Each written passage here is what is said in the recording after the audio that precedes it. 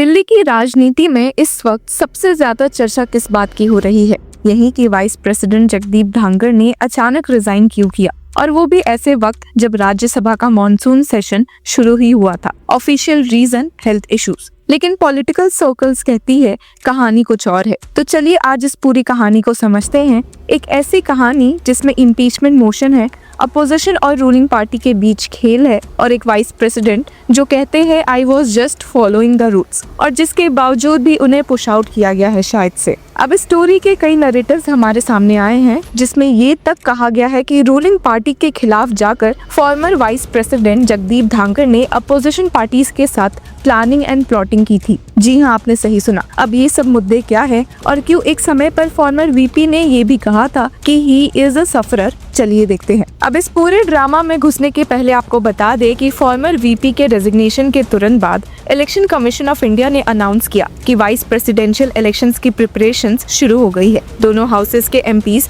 Nominated plus elected electoral college का हिस्सा होंगे। एनडीए के पास 426 एमपीज है, इंडिया ब्लॉक के पास 302 है। मतलब क्लियर है कि नंबर्स गेम में एनडीए की एज है। ईसीआई ने ये अश्योरेंस तक दिया है कि अगस्त के एंड तक हमारे पास एक न्यू वाइस प्रेसिडेंट जरूर होंगे। अब इस मामले में कांग्रेस प्रेसिडेंट मल्लिकार्जुन खड़गे ने कहा कि इंडिया ब्लॉक कलेक्टिवली अपना कैंडिडेट डिसाइड करेगा। मतलब वाइस प्रेसिडेंट के लिए भी एक बिग पॉलिटिकल कंटेस्ट होने वाला है। पर अगर हम एक मेन रीजन पर फोकस करें जिसकी वजह से फॉर्मर वीपी और रूलिंग पार्टी के रिश्ते खराब हुए थे, वो है हाई कोर्ट के जस्टिस यशवंत वर्मा के बर्न्ड कैश स्कैंडल से जुड़ा हुआ, जहां करप्शन के एलिगेशंस के बाद अपोजिशन एमपीज ने जस्टिस वर्मा के खिलाफ इम्पीचमेंट मोशन राज्यसभा में दिया था। अब ये नोटिस 63 अपोजिशन एमपीज के सिग्नेचर्स के साथ वाइस प्रेसिडेंट और राज्यसभा के चेयरमैन जगदीप धांगर को मिला था। और ट्विस्ट यहीं पर आता है, गवर्नमेंट चाहती थी कि इम्पीचमेंट का मोशन लोकसभा से आए और वो भी उनके प्लान के मुताबिक, लेकिन फॉर्मर वीपी धांगर ने डायरेक्टली राज्यसभा में अपोजिशन का नोटिस एक्सेप्ट कर लिया,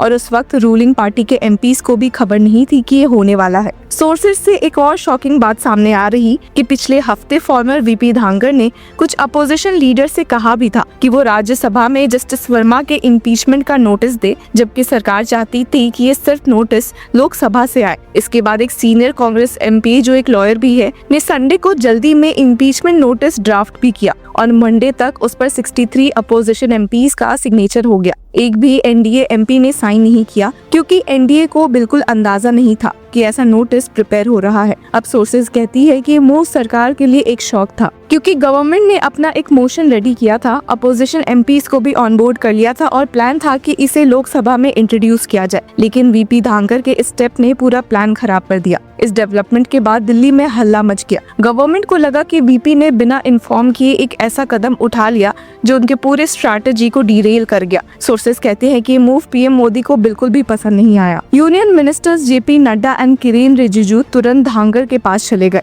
उन्होंने कहा कि in the Lok Sabha consensus is built for impeachment and the sudden step is not appropriate. एक सोर्स ये भी कहता है कि किरेन रिजिजू ने हिंट किया कि पीएम मोदी इस डेवलपमेंट से बिल्कुल खुश नहीं है। लेकिन फॉर्मर वीपी धांगर का जवाब भी इंटरेस्टिंग था। उन्होंने कहा था कि I was just following the rules of the house. उन्होंने खुद first business advisory committee meeting के बाद राज्यसभा को इन्फॉर्म किया कि I need to inform you that I have received notice of motion under article 217(1)(b read with Article 218 and Article 124 to constitute a statutory committee for removal of Justice Yashwant Verma. This has been received by me today. It is signed by more than 50 members of the Council of States. पर ये कहानी सिर्फ impeachment motion तक limited नहीं है। धांगर और government के बीच tension पहले से थी। सोर्सेस कहती है कि फॉर्मर वीपी धांगर काफी चीजों से खुश नहीं थे। पहला, फॉरेन ट्रिप्स। पिछले 35 मंथ में उन्होंने सिर्फ 4 बाइलैटरल विजिट्स किए, जबकि वेंकैया नायडू ने अपने टेन्योर में 13 और हामिद अंसारी ने 28 फॉरेन ट्रिप्स किए थे। फॉर्मर वीपी धांगर को लगा कि उनका रोल डाउन प्ले हो रहा है। दूसरा, प्रोटोकॉल इश्यूज। तेहरान ट्रिप के अरेंजमेंट्स पर भी उन्होंने अपनी नाराजगी दिखाई थी। तीसरा, फोटोग्राफ इशू। उन्होंने कंप्लेन किया कि उनका फोटो गवर्नमेंट ऑफिसेज में प्रेसिडेंट और पीएम के साथ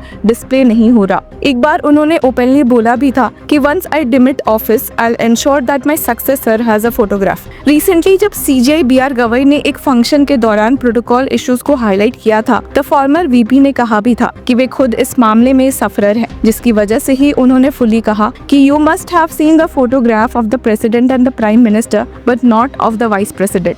once I demit office, I'll ensure that my successor has a photograph. तो क्या ये ग्रीवांसेस उनके सडन रेजिग्नेशन का हिस्सा थी? पॉलिटिकल एक्सपर्ट्स कहते हैं हाईली लाइकली। अब सुनने में ये भी आ रहा है कि रेजिग्नेशन से पहले ही गवर्नमेंट ने अपना डैमेज कंट्रोल शुरू कर दिया था। डिफेंस मिनिस्टर राजनाथ सिंह के ऑफिस में सीनियर मिनिस्टर्स का मीटिंग हुआ। बीजेपी एमपीज को ग्रुप्स में बुला के एक सिग्निफिकेंट मोशन साइन करवाया गया। सबको स्ट्रिक्टली बोला गया कि stay in Delhi for 4 days and do not say anything about the motion. लेकिन रेजिग्नेशन ने सबका गेम पलट दिया। ये भी इंटरेस्टिंग है कि सिर्फ 6 महीने पहले अपोजिशन ने धांगर के खिलाफ नो कॉन्फिडेंस मोशन दिया था, लेकिन अब वही अपोजिशन उनके फेवर में खड़ी दिख रही है। पॉलिटिक्स में दोस्ती और दुश्मनी दोनों ही कैसे पलट सकती है, इसका ये क्लासिक एग्जाम्पल है। लोगों का मानना है तो क्या ये सिर्फ हेल्थ रीजंस थे? ऑफिशियली हेल्थ को रीजन बताया गया, लेकिन पॉलिटिकल इनसाइडर्स कहते हैं कि इम्पीचमेंट मोशन का एक्सेप्टेंस और गवर्नमेंट का रिएक्शन इस डिसीजन का असली ट्रिगर था। अब ये रेजिग्नेशन रेयर है। इंडिया के कॉन्स्टिट्यूशनल हिस्ट्री में वाइस प्रेसिडेंट का ऐसे मिड टर्म स्टेप डाउन करना बहुत कम हुआ है। पर अब आगे क्या?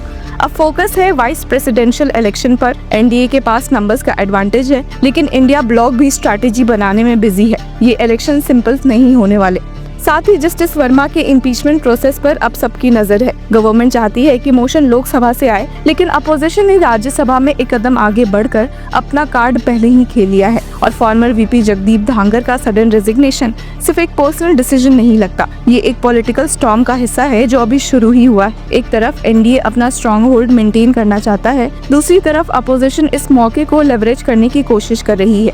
और इस बीच एक वाइस प्रेसिडेंट जो कहते हैं कि I was just following the rules, उनका रेजिग्नेशन सबको शॉक दे गया। अब आगे क्या होगा? क्या इम्पीचमेंट प्रोसेस राज्यसभा से चलेगा या लोकसभा से? क्या वाइस प्रेसिडेंशियल इलेक्शन एनडीए के लिए इजी विन होगा या अपोजिशन कोई नया ट्विस्ट लाएगा? ये अगले कुछ हफ्तों में क्लियर हो जाएगा। पर ये कहानी सिर्फ एक रेजिग्नेशन की नहीं है, ये पावर, प्रोटोकॉल एंड पॉलिटिक्स के बीच के टग ऑफ वॉर की कहानी है। तो व्यूअर्स, आपकी क्या राय है हमें कमेंट सेक्शन में जरूर बताएं, और तब तक के लिए keep following law Chakra. Hello law lovers and justice seekers, welcome to law Chakra. हम आपके लिए लेकर आए हैं कुछ बहुत ही exclusive. Introducing law Chakra prime membership, जो आपको देगा exclusive access like never before. यानी कि फुल इनसाइडर एक्सेस, वो भी बस घर बैठे। यही नहीं, प्राइम मेंबर को मिलेगा access to exclusive interview session with renowned जजेस, लीगल एक्सपर्ट्स एंड लॉयर्स। ऐसे इनसाइट्स जो आपको कहीं और नहीं मिले।